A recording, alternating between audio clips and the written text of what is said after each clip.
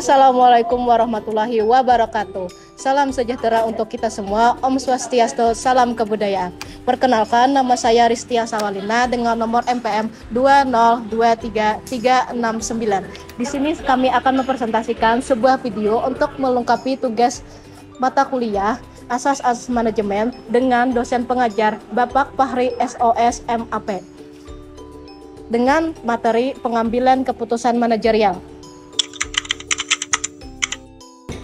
Tak kenal maka tak sayang. Maka dari itu, sebelum kita memulai videonya, alangkah baiknya kita perkenalan anggota kelompok terlebih dahulu. Check it out.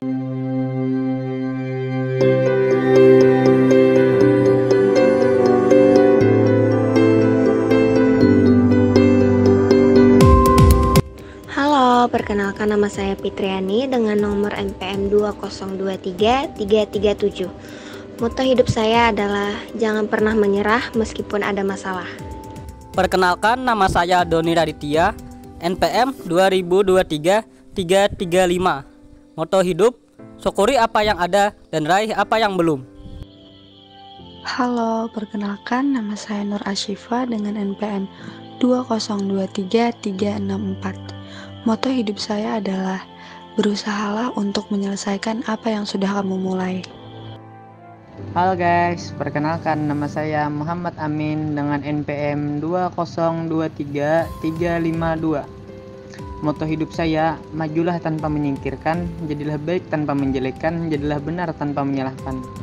Halo, perkenalkan nama saya Indah Febrianti dengan nomor NPM 2023343. Moto hidup saya, jangan takut gagal, takutlah tidak pernah mencoba.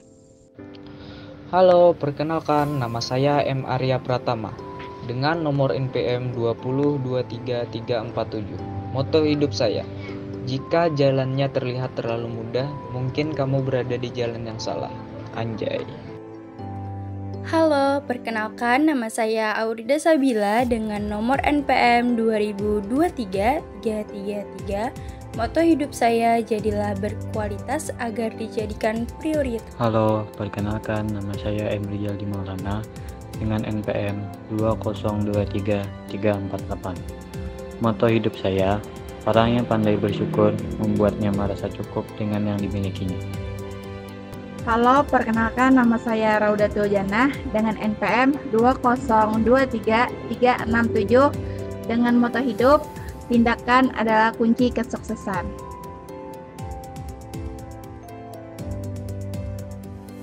Selanjutnya kita memasuki bagian yang paling penting, yaitu pembahasan materi. Materi yang akan dibahas yaitu ada pengertian, karakteristik, proses, gaya, teknik, dan jenis-jenisnya.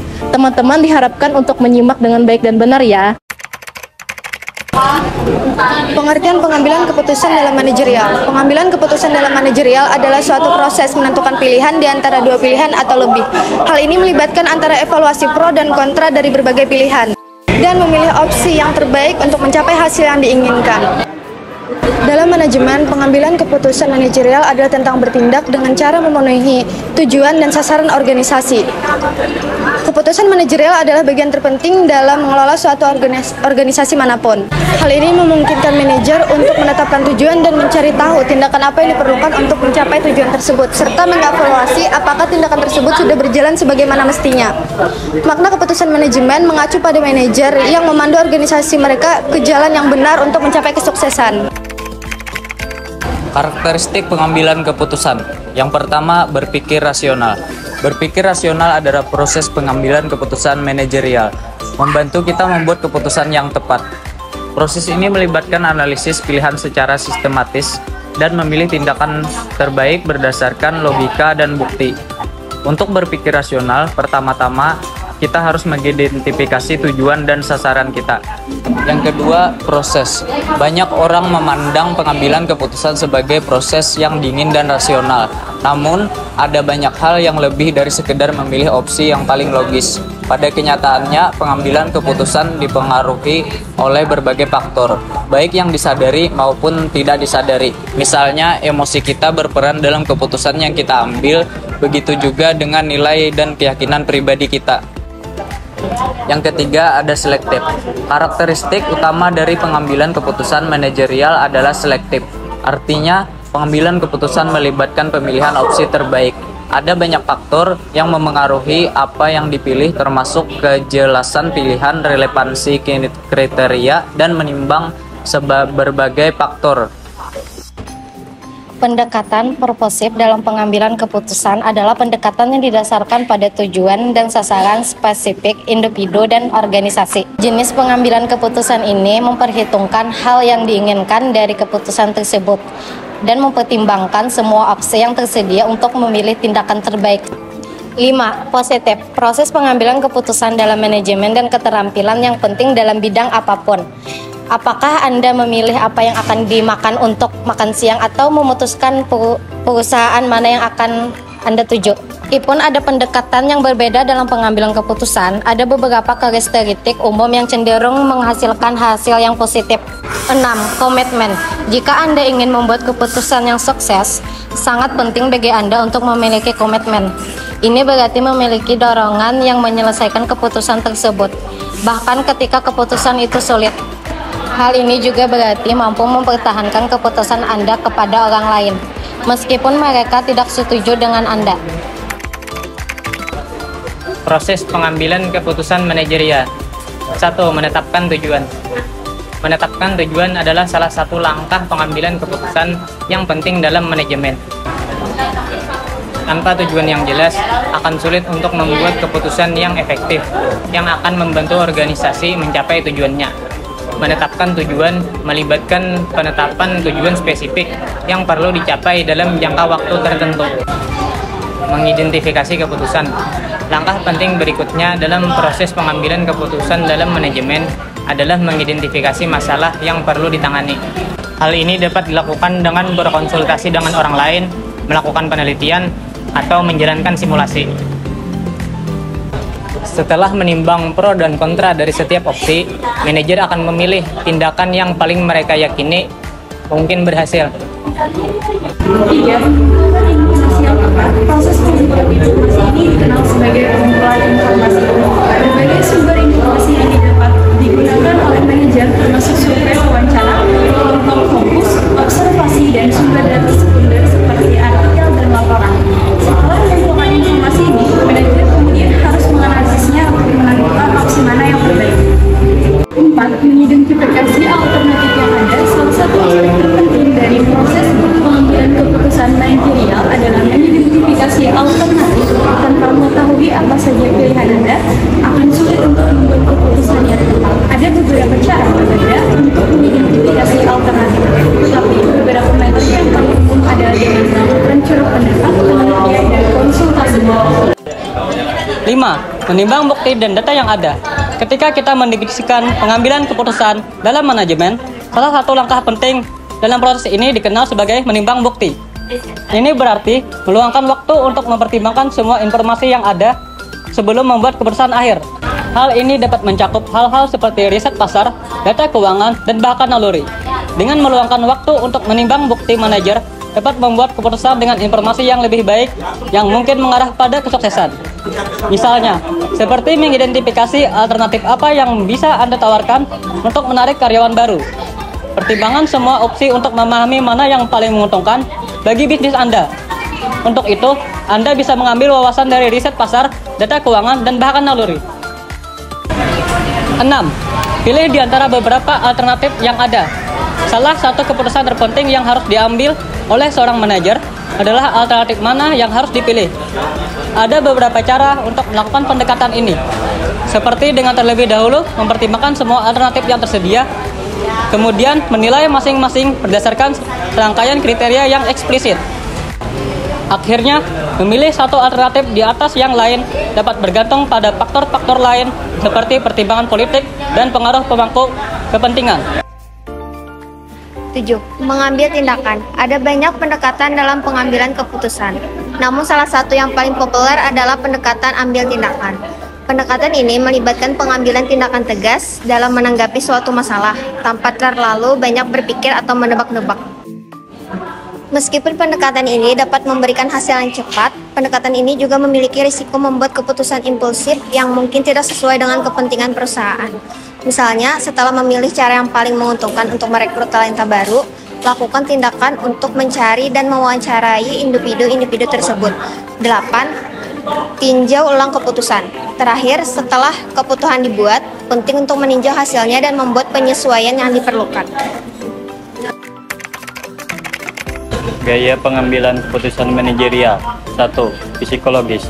Gaya pengambilan keputusan psikologis cenderung lebih kreatif dan fleksibel karena memungkinkan naluri untuk berperan dalam prosesnya. 2. Kognitif. Gaya ini melibatkan pengambilan keputusan berdasarkan logika dan penalaran, bukan intuisi atau emosi. Saat menggunakan gaya kognitif, penting untuk mempertimbangkan semua informasi yang tersedia sebelum mengambil kesimpulan. 3. Normatif. Pengambilan keputusan normatif dalam manajemen proyek adalah gaya pengambilan keputusan yang didasarkan pada berpegang teguh pada aturan dan prosedur yang telah ditetapkan.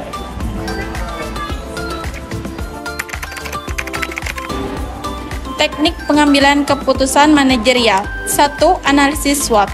Hal ini melibatkan identifikasi strengths, weakness, opportunities, dan threats atau kekuatan, kelemahan, peluang, ancaman yang terkait dengan keputusan tertentu. Dengan mempertimbangkan semua faktor ini, individu dapat membuat pilihan yang tepat dan efektif. 2.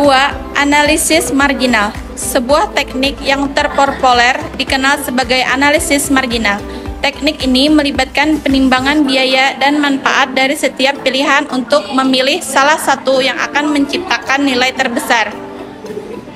3. Analisis Pareto. Analisis Pareto adalah teknik pengambilan keputusan yang dapat digunakan untuk mengidentifikasi faktor-faktor terpenting dalam situasi tertentu. Selanjutnya, jenis-jenis pengambilan keputusan manajerial. 1. Pengambilan keputusan rutin dan dasar. 2. Pengambilan keputusan pribadi dan organisasi. 3. Pengambilan keputusan individu dan kelompok. 4.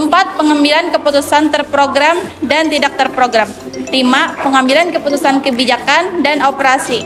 6. Pengambilan keputusan taktis dan strategi. 7. Pengambilan keputusan yang direncanakan dan tidak direncanakan. 8. Pengambilan keputusan organisasi departemen dan antar departemen.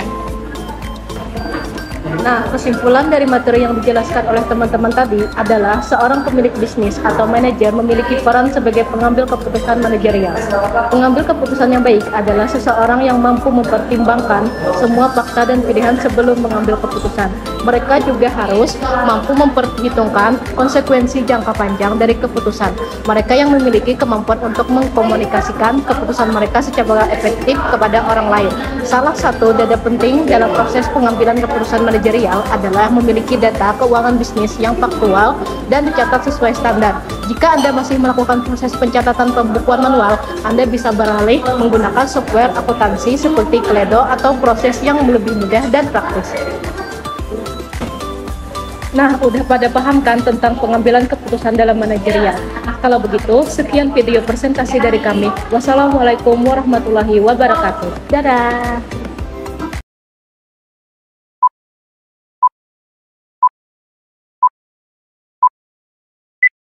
Close my eyes and I feel like I'm not even in my life yet. I see myself running out of time. Mistake after mistake, it's safer if I distance myself. If there's a way for me to not do what I have done for so long. Be sorry if you know that.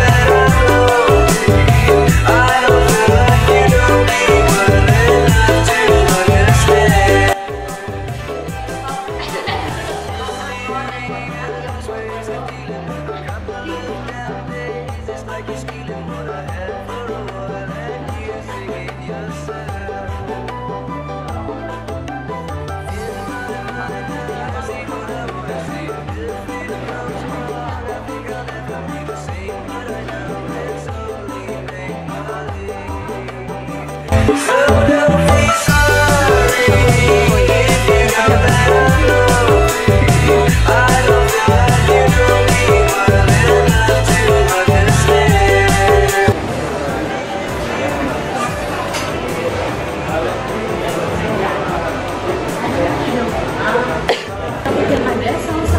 terpenting dan terpenting